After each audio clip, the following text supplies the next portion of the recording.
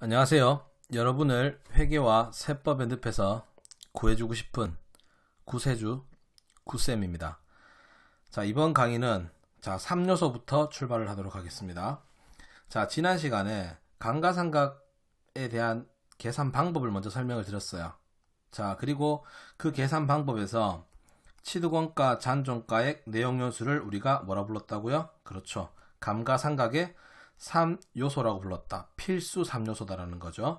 그래서 이 3요소가 뭐냐라는 거 설명을 드리도록 하겠습니다. 자, 제일 첫 번째, 취득원가. 자, 취득원가는 앞에서 계속 강조하고 있죠. 모든 자산의 취득원가는 매입비용, 샀는 금액에다가 플러스 부대비용을 하게 되어 있다라는 거. 자, 여기서 부대비용이라는 것은, 부대비용은 해당 자산을 정상적인 의도와 목적에 맞게 사용하기 위해 지출되는 직접적인 비용을 말한다라는 거. 아시겠습니까?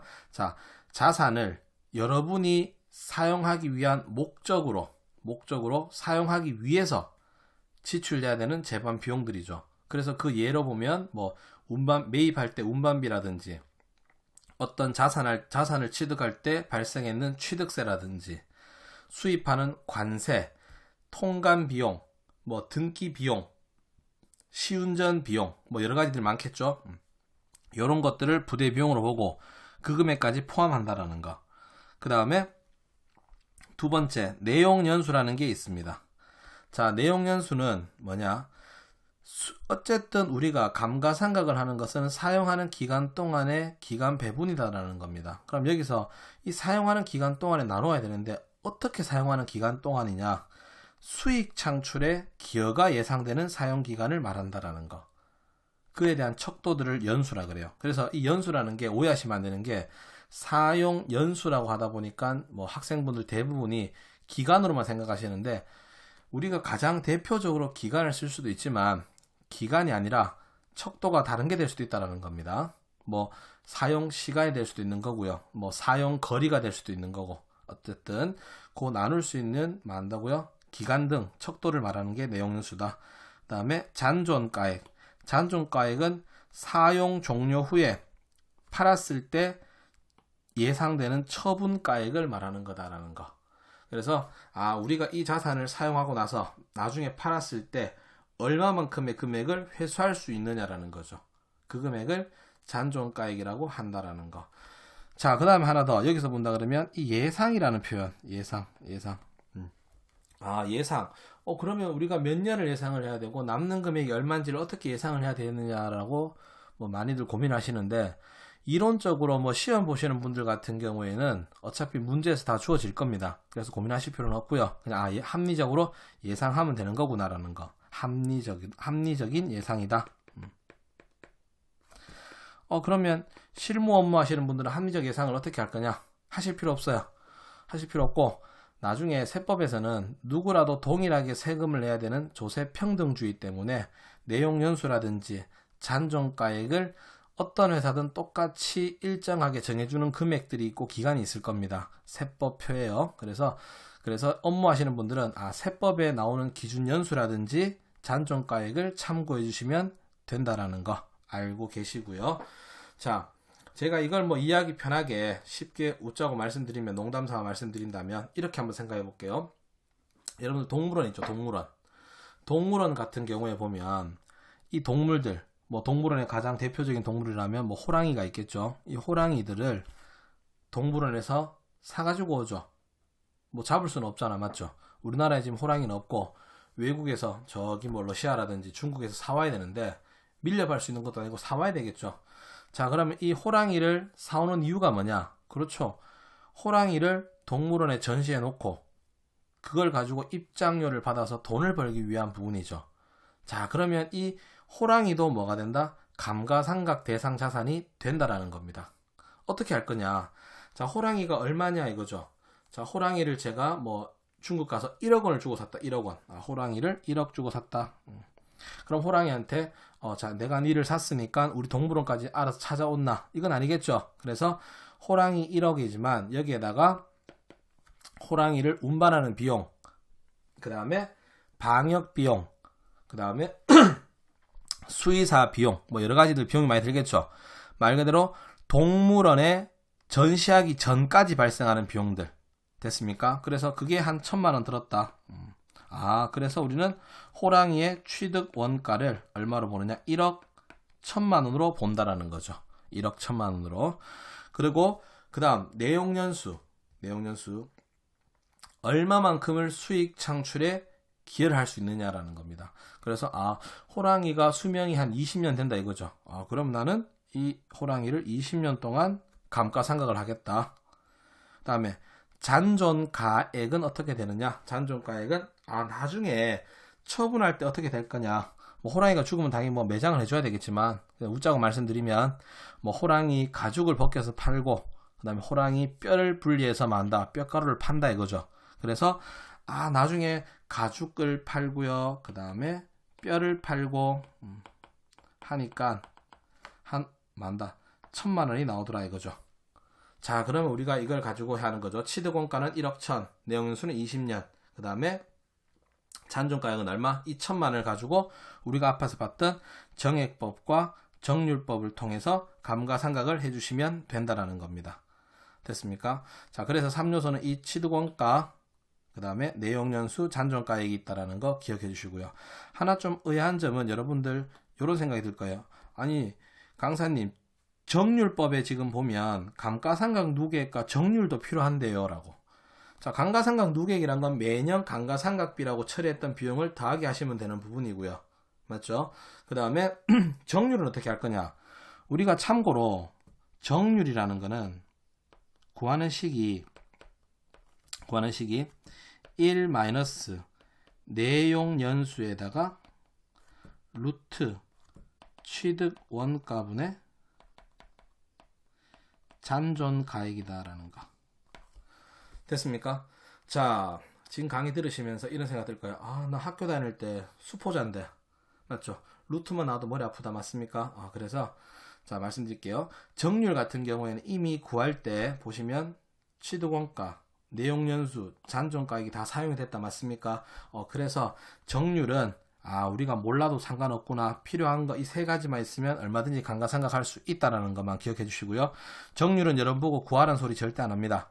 안 하니까 외우실 필요는 없다라는 거. 외우실 필요 없습니다. 알고 계시기 바랍니다. 그래서 3요소는 취득원가, 내용연수, 잔존가액 세 가지가 있다라는 거 기억해 주시기 바라고요. 자, 그러면 우리가 이 정액법과 정률법이 어떤 차이가 발생하는지도 여러분들 알고 계셔야 되겠죠. 맞습니까? 그래서 예제 문제를 제가 하나 가지고 왔어요. 하나 가지고 왔는데 자, 예제 문제 첫 번째 보시면 당해연도 7월 1일 날 업무에 사용하는 승용차를 구입하고 현금 2,000만 원 지급하였다. 매 회기기간 말 감가상각을 하시오. 내용연수는 5년이고 잔존가액은 0, 정률은 몇 퍼센트? 40%로 가정한다라는 거. 됐습니까? 알아두시고요. 자, 첫 번째 문제는 뭘로 처리하게 되어 있냐? 정액법입니다. 맞습니까? 자, 또 하나 예제 보시면 문제는 동일해요. 동일한데 이걸 뭐 한다고요? 정률법으로 처리하다라는 거. 그래서 이 두 개에 대한 뭘 보자고요? 그렇죠. 차이점을 한번 보자라는 겁니다. 두 개에 대한 차이점을 한번 보자라는 거고요. 여기서 제가 설명을 위해서 제일 먼저 7월 1일이라고 문제를 적긴 했지만 쉽게 가기 위해서 여러분한테 먼저 7월 1일보다는 우리는 1월 1일이라고 먼저 한번 가정해보고 문제를 풀어보도록 하겠습니다. 문제를 며칠로요? 1월 1일로 한번 가정해보고 풀어보도록 하겠습니다. 1월 1일.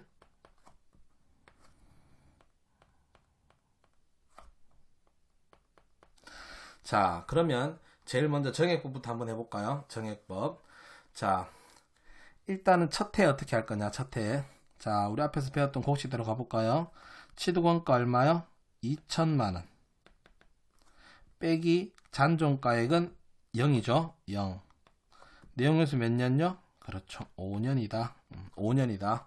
그러면 얘값이 얼마 되느냐면요. 1년에 얼마씩? 그렇죠. 1년에 400만 원씩이 될 거다라는 거. 400만 원이죠.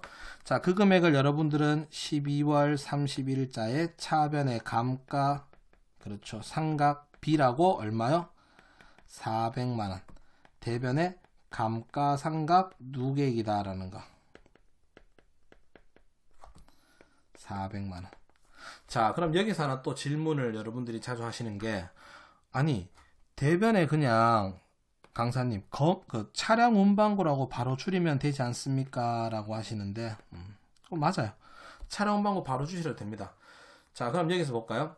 대변의 차량 운반고란 자산을 바로 감소시키게 돼버리면 여러분들은 건물이 처음엔 2000이었겠지만 400이 감소했으니까 얼마? 1600이 남겠죠. 그럼 이월되는 금액은 얼마가 된다? 1600이 된다라는 겁니다. 맞습니까? 근데 이거를 고민해 보시다 보면 5년 동안 감가상각이 끝나고 나면 2천만 원이 다 사라진다라는 거죠. 그러면 차량 운반고의 가격은 0이 돼버린다는 얘기입니다. 장부에서 사라진다라는 거죠. 근데 현실적으로 봤을 때 차는 5년이 지난다고 장부에서 실제로 사라지진 않거든요. 맞습니까? 그래서 실존하는 자산이 남아있는데도 불구하고 장부에서 제거되는 문제가 발생한단 말입니다. 그래서 그런 문제점을 보완하고자 우리는 차량 운반고라는 뭐 한다고요? 자산을 바로 감소시키는 게 아니라 감가상각 누계액이라는 이 뭘로 쓰게 되어 있다? 평가 계정으로 쓰게 되어 있다. 평가 계정으로요. 그래서 어떻게 되느냐? 차량 운반고는 2천이겠지만 장부를 본다 그러면 감가상각 누계액 얼마? 400이 있었으니까 남은 가치가 얼마 된다고요? 1600이 된다라는 거죠. 요렇게 표시가 될 겁니다. 요렇게 표시가 될 거다라는 거 알아두시고요. 자, 2차년도 한번 볼까요? 2차년도에도 취득원가는 얼마? 2천만원. 잔존가액은 똑같이 0. 내용요소는 몇 년? 5년. 하시게 되면 똑같이 얼마 나옵니까? 그렇죠. 400이 나오겠죠. 그러면 12월 31일 날 차변의 감가상각 B 얼마요? 400만원에다가 대변의 감가상각 누계액 400만원 이렇게 처리한다라는 거. 그럼 두 번째 감가상각을 하고 나면 남는 금액이 얼마냐? 자, 제가 잘못 썼네요. 금액을. 여기에 정부 보조금이 아니라 얘가 뭐가 됩니까? 감가상각 누계액이죠. 자, 그러면 두 번째 해에는 감가상각 누계액이 얼마가 됩니까? 첫 해에 400이 있었고 두 번째 또 400이 들어왔죠? 전체 얼마요? 800. 그럼 남는 가치는 얼마가 된다? 1200이 된다. 어쨌든 보고되는 금액은 얼마로요? 그렇죠. 1200으로 보고가 된다라는 겁니다. 자, 세 번째 해에는 제가 계산을 하지 않을게요.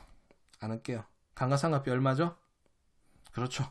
400이죠. 12월 31일 날 차변의 감가상각비 400 대변의 감가상각 누계액 얼마요? 400이다 라는 거.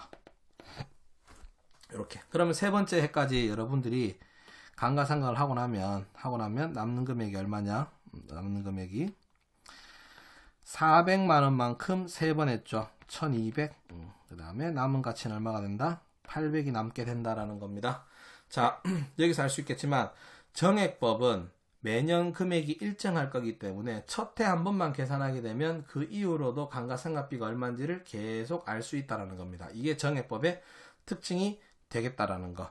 그 다음에 정률법은 다음 강의 때 같이 설명드리도록 하겠습니다. 자, 이번 강의는 여기서 마치고요.